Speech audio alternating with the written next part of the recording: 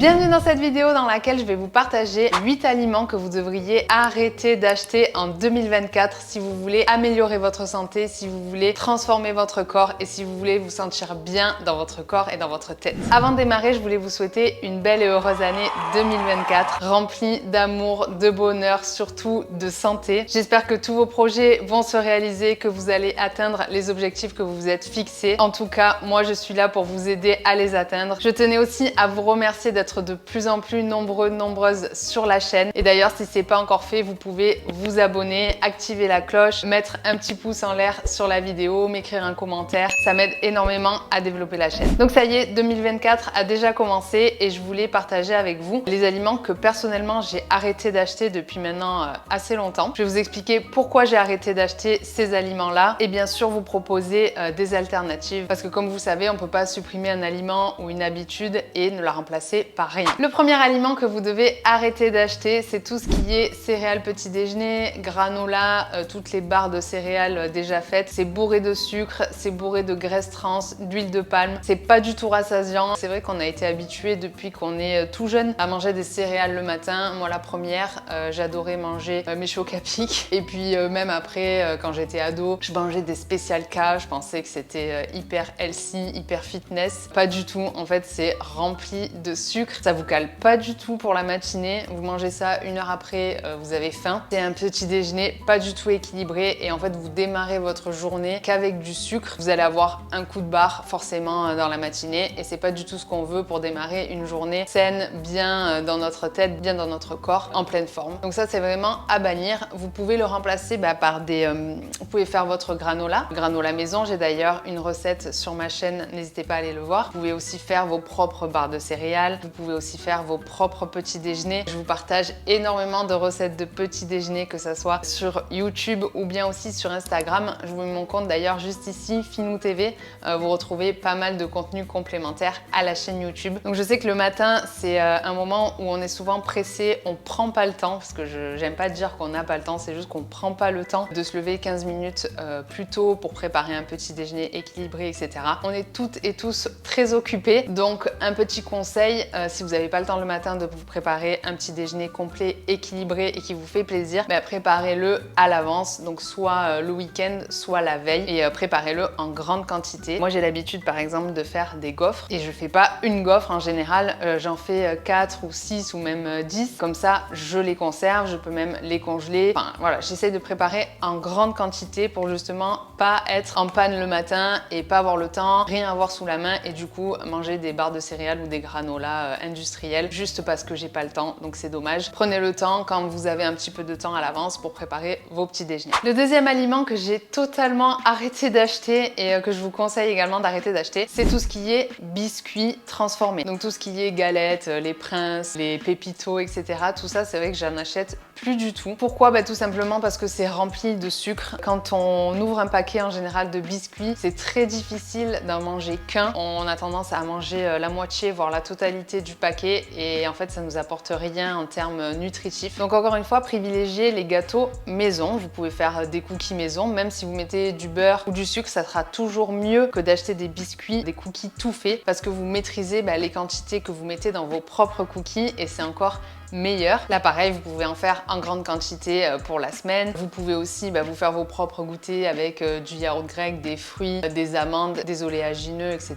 Vous pouvez vous faire un goûter avec une tranche de pain complet, du beurre de cacahuète et une banane. Vous avez énormément d'alternatives. Si vous n'êtes pas chez vous, vous pouvez aussi vous prévoir d'emporter votre goûter à l'extérieur avec un fruit, un muffin fait maison, etc. Mais évitez à 4 heures tout ce qui est biscuits transformés, que ce soit pour vous, pour vos enfants, pour toute la famille. Ça peut rester exceptionnel. Bien sûr, là, ce que je vous dis, c'est dans la majeure partie des cas, dans la majeure partie du temps. C'est vrai que c'est pas des choses que je consomme. Après, ça m'arrive d'acheter un paquet de gâteaux parce que j'en ai envie une fois de temps en temps. Mais ça fait pas partie de ma routine, de mes habitudes alimentaires quotidiennes. La troisième catégorie d'aliments que je vous conseille d'arrêter d'acheter, c'est tout ce qui est boissons sucrées. Que ça soit les jus de fruits ou bien les sodas, c'est vraiment quelque chose que vous devriez arrêter de consommer parce qu'en fait, vous consommez des calories vides. Vous buvez des calories. Ça n'a n'a aucun intérêt en termes nutritifs, c'est que du sucre. Pareil, vous pouvez en boire de temps en temps quand ça vous fait plaisir, une fois de temps en temps, mais quotidiennement, c'est vraiment pas quelque chose qui va vous faire du bien en termes de santé, en termes de perte de poids si vous êtes en objectif de perte de poids. On se rend pas compte parce que c'est liquide, on a l'impression qu'il n'y a pas de calories, mais en fait, c'est extrêmement calorique. Donc vous pouvez utiliser des alternatives, que ça soit de l'eau gazeuse avec du citron, avec de la menthe, bien sûr pas du sirop de menthe, mais des feuilles de menthe. Vous pouvez vous faire même des styles de cocktails avec des fruits. Vous pouvez aussi acheter des boissons, maintenant ils font ça, des boissons gazeuses aromatisées mais sans calories, comme la marque Lacroix. Moi j'achète souvent ça à la mangue, c'est ma préférée. Et c'est une bonne alternative quand on a envie de boire un soda, mais qu'on n'a pas envie de boire du sucre. Donc c'est vraiment une très bonne alternative. La quatrième catégorie d'aliments que je vous conseille d'arrêter d'acheter, c'est les plats tout prêts congelés. Alors ça, c'est vraiment à bannir. C'est rempli d'arômes, de sel, de sucre, de produits qu'on connaît même pas, qui n'existent même pas dans la vraie vie. Je sais que c'est des produits qui sont facilement consommables, on peut facilement les emporter sur nos lieux de travail. Quand on rentre le soir et qu'on n'a pas envie de cuisiner, hop, on le sort du congèle, on met au four ou au micro-ondes et bam, on a notre plat tout prêt. C'est pas une solution et ce que je vous propose en alternative, c'est bien sûr de faire du meal prep. Je vous parle vraiment en connaissance de cause. Le meal prep, c'est vraiment quelque chose que j'utilise très souvent, au maximum. Dès que je peux, je fais du meal prep. Là, je rentre de voyage, j'étais au Mexique. Je suis rentrée chez moi et j'avais au congélateur des lasagnes, j'avais des patates douces farcies de mon précédent meal prep. Et j'étais ravie de rentrer. J'avais mon frigo vide parce que j'avais vidé le frigo avant de partir, mais j'avais mon congélateur plein de repas sains, équilibrés, gourmands. J'ai juste eu à prendre mes lasagnes, à les faire réchauffer à la poêle ou au micro-ondes et on s'est régalé. J'avais rien à préparer. Donc c'est un peu mon plat préparé à moi, fait maison, et franchement je vous conseille vraiment d'adopter cette technique. Je sais que c'est pas facile au début pour certaines d'entre vous de mettre en place le meal prep semaine après semaine. C'est pas grave, essayez au moins de le faire une fois par mois, de faire quelques recettes. Vous n'êtes pas obligé de préparer toute votre semaine d'avance. Commencez petit à petit, organisez-vous en amont, essayez de faire en sorte que ça devienne une habitude, mais ne vous découragez pas avec le meal prep. C'est vraiment la méthode pour moi pour rester en bonne santé, pour manger des plats sains, pour avoir une semaine en fait de repas équilibrés et éviter de manger ce genre de plats qui vous font pas du bien. Le cinquième aliment que j'ai totalement arrêté d'acheter, c'est les yaourts, que ce soit les yaourts aux fruits aromatisés, etc. Les veloutés, tout ça, j'ai totalement arrêté d'en acheter parce que je trouve que c'est hyper sucré. Quand je suis en France et que j'en consomme de temps en temps, je trouve ça vraiment hyper sucré. J'ai plus du tout l'habitude de manger autant sucré. Et ce que je préfère à la place, c'est d'acheter par exemple du yaourt grec ou du skyr ou du fromage blanc, peu importe, de mettre mes propres fruits. Donc j'achète soit des myrtilles, des framboises ou peu importe les fruits qui vous font plaisir, les fruits de saison. Je les mets dans mon yaourt. À la limite, j'ajoute un petit peu de miel ou de coco râpé et je me fais mon propre yaourt. Je préfère largement, ou des fois je me fais aussi un yaourt un peu comme du stracciatella, pareil avec du fromage blanc ou du yaourt grec. Je casse un peu des copeaux de chocolat noir à l'intérieur et c'est trop bon, c'est beaucoup moins sucré, c'est beaucoup plus rassasiant si vous mettez des fruits frais. Ça n'a rien à voir avec un yaourt aux fruits ultra sucrés et ça coûte vraiment pas plus cher. La sixième catégorie d'aliments que j'ai totalement arrêté d'acheter, c'est tout ce qui est confiture et pâte à tartiner. Donc tout ça, j'en achète plus du tout. C'est trop sucré, rempli d'huile de palme pour le Nutella bien sûr. J'en achète pas. Par contre, j'en consomme de temps en temps bien sûr du Nutella, mais j'évite d'en acheter. J'essaie qu'il n'y en ait pas dans mes placards parce que s'il y en a dans mon placard, c'est sûr que je vais le consommer. Donc j'en achète pas. Par contre, ça m'arrive quand je mange des fois à l'extérieur de prendre une crêpe au Nutella ou peu importe. J'ai pas banni totalement le Nutella de ma vie, heureusement parce que j'adore ça, mais j'en consomme pas quotidiennement. Je l'ai pas dans mon placard, etc. Je consomme plutôt du miel ou du sirop d'agave ou bien du beurre de cacahuète, de la purée d'amande, etc. Beaucoup plus rassasiant, beaucoup plus intéressant d'un point de vue nutritionnel que la confiture par exemple. Autre catégorie d'aliments que je vous conseille d'arrêter d'acheter, c'est tout ce qui est charcuterie. Que ça soit jambon cru, saucisson, saucisses, etc.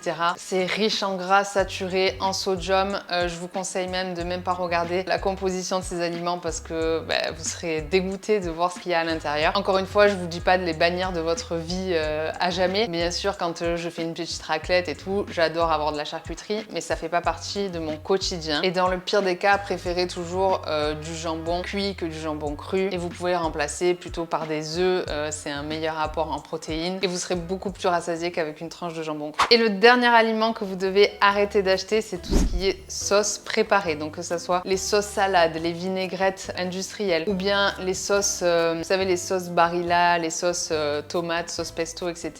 industriels. Tout ça, pareil, c'est rempli de sucre, rempli d'arômes, de sel, plein d'additifs, etc.